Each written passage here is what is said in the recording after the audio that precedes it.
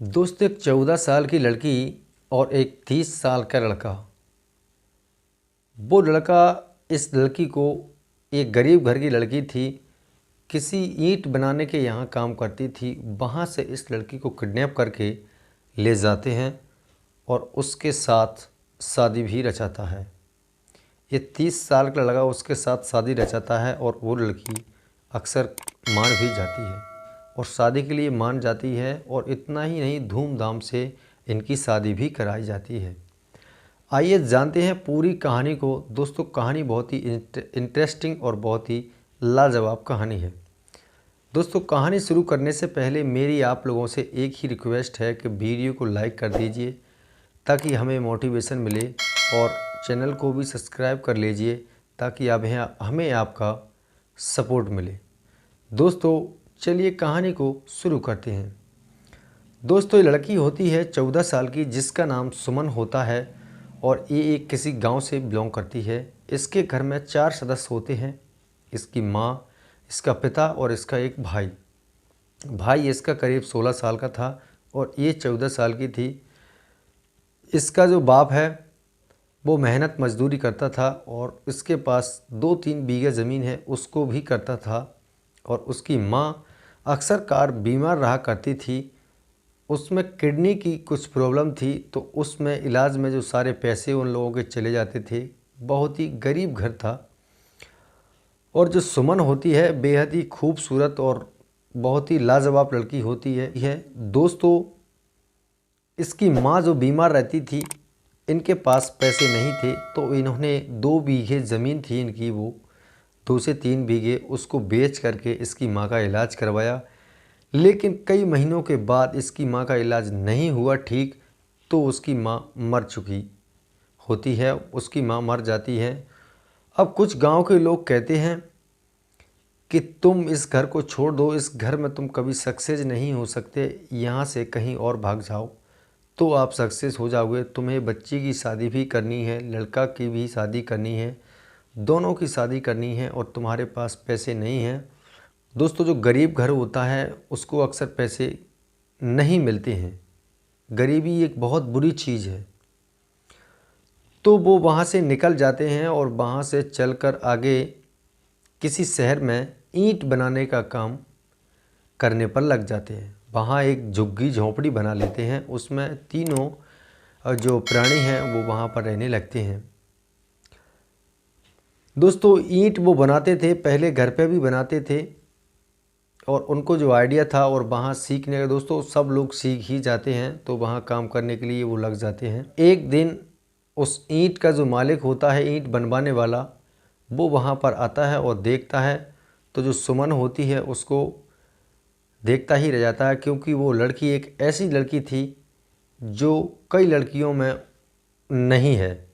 उसमें एक ऐसी अदा उसको दिखी, बहुत ही सुंदर और लाजवाब लड़की, हुस्न की मलिका। तो वो सुमन के पिता से पूछता है कि ये तुम्हारी लड़की है? तो वो सुमन का पिता कहता है, हाँ ये मेरी ही लड़की है। कहता है बहुत अच्छी लड़की है। और वो पूरी हिस्ट्री सुमन का पिता उस मालिक को सुनाता है। तो वो कहता है, यार बहुत बुरी खबर तुमने मुझे सुनाई है, मेरा दिल आज बहुत दर्द से तड़पेगा, क्योंकि जो तुमने मुझे ये कहानी सुनाई है, मुझे बहुत ही दिल में दर्द है।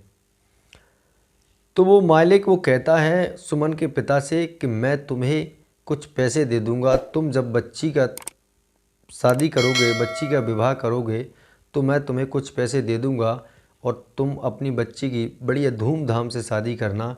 एक ही तुम्हारी इकलौती बच्ची है, अच्छे लगन से तुम काम करो और यहीं रहो। आगे चलकर मैं तुमको एक कमरा दे दूंगा, उसमें आप रह लेना। तो वो कहता है ठीक है। दोस्तों, जो मालिक था उसी के साथ उसकी जो बुआ जी का लड़का भी आया हुआ था, और बुआ जी का जो लड़का उसके साथ आया हुआ था, उसकी नीयत उस लड़की पर चली जाती है। वो लड़का है, उसका नाम गोलू है। वो करीब 30 साल का है और गोलू उस लड़की पर फिदा हो जाता है। गोलू अपने घर के लिए अगले दिन चला जाता है और उस लड़की के मन में सोचता ही रहता है। कुछ टाइम बाद उसको उस लड़की से इतना लगाव हो जाता है, बहुत ही ज़्यादा।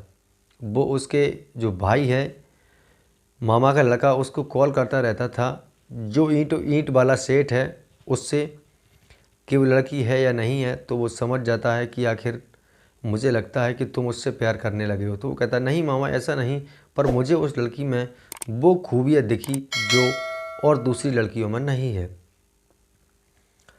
तो वो कहता है हाँ ठीक है, कोई बात नहीं है, तुम अच्छे से अपनी पढ़ाई पर ध्यान दो और पढ़ाई करो। अभी भी 30 साल का था और वो पढ़ाई कर रहा था।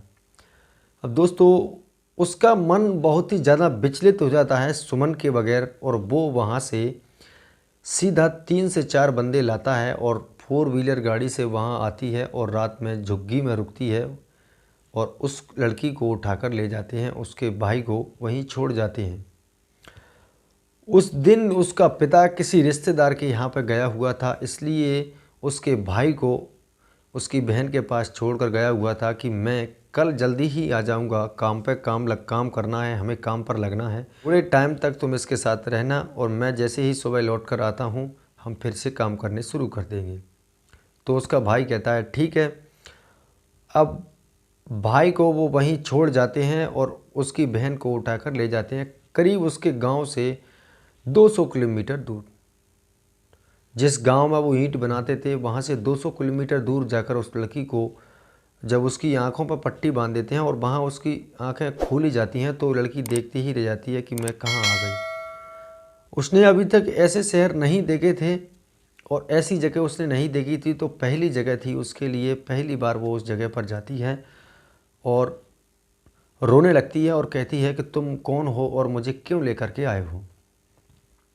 तो जो गोलू है वो कहता है कि मैं तुमसे प्रेम करता हूँ और मैं तुम्हें शादी करने के लिए लेकर के आया हूँ। तो सुमन कहती है मैं ऐसे शादी नहीं करूँगी, मैं तो अभी नाबालिग हूँ और उसके बाद मैं मेरे घर वाले हैं उनको तो पता होना चाहिए, तुम वहाँ बोल सकते थे मेरे घर वालों से मुझे उठाकर क्यों लेके आए। तो वो कहता है कि तुम वहाँ नहीं करती एक्सेप्ट, अगर कुछ हो जाता या मेरा जो भाई है तो वो नहीं मानता तो मैं क्या कर सकता हूँ उसमें, इसलिए वो नहीं मानता तो मैं क्या करता, इसलिए मुझे तुम्हें उठाकर लाना पड़ा। गोलू कहता है कि अगर तुम्हें कुछ प्रॉब्लम है तो मुझे बताओ, और कहता है कि मैं तुम्हें खोना नहीं चाहता, मैं तुमसे शादी करना चाहता हूँ। अगर तुम्हें किसी बात की दिक्कत है तो तुम मुझसे बोल सकती हो, मैं तुम्हारे लिए एक रूम ले लेता हूँ और वहाँ पर तुम रहना, सुबह शाम तुम्हारे साथ रहूँगा, तुमसे टच भी नहीं करूँगा, तुम्हारी बिना तुम अगर कहोगी जब ही मैं तुमको छू सकता हूँ। तो लड़की को ये बात पसंद आ जाती है कि लड़का मुझे उठाकर लेकर आया है और मुझे उठाकर लाने के बाद में मुझसे टच भी नहीं कर रहा है, अगर मैं परमिशन देती हूँ टच करने की तो ही टच करेगा।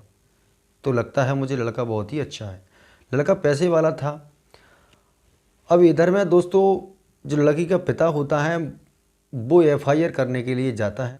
इतने में एफआईआर करने के लिए जाता है, रास्ते में ही सुमन का कॉल आ जाता है। सुमन उसी लड़के के नंबर से कॉल करती है और बताती है कि पिताजी मुझे इस तरीके से मुझे ये लोग उठाकर लेकर के आए हैं और मैं इसी से शादी करना चाहती हूँ और मैं आप रिपोर्ट वगैरह मेरी गुमशुदगी की रिपोर्ट मत करना। उसने बताया कि मैं बेटा रिपोर्ट करने जा रहा हूँ, तुम कहाँ पर हो। तो बताता है तुम रिपोर्ट मत करना, मैं यहाँ हूँ और मैं इससे शादी करूँगी और किसी बात की मुझे कोई परेशानी नहीं है।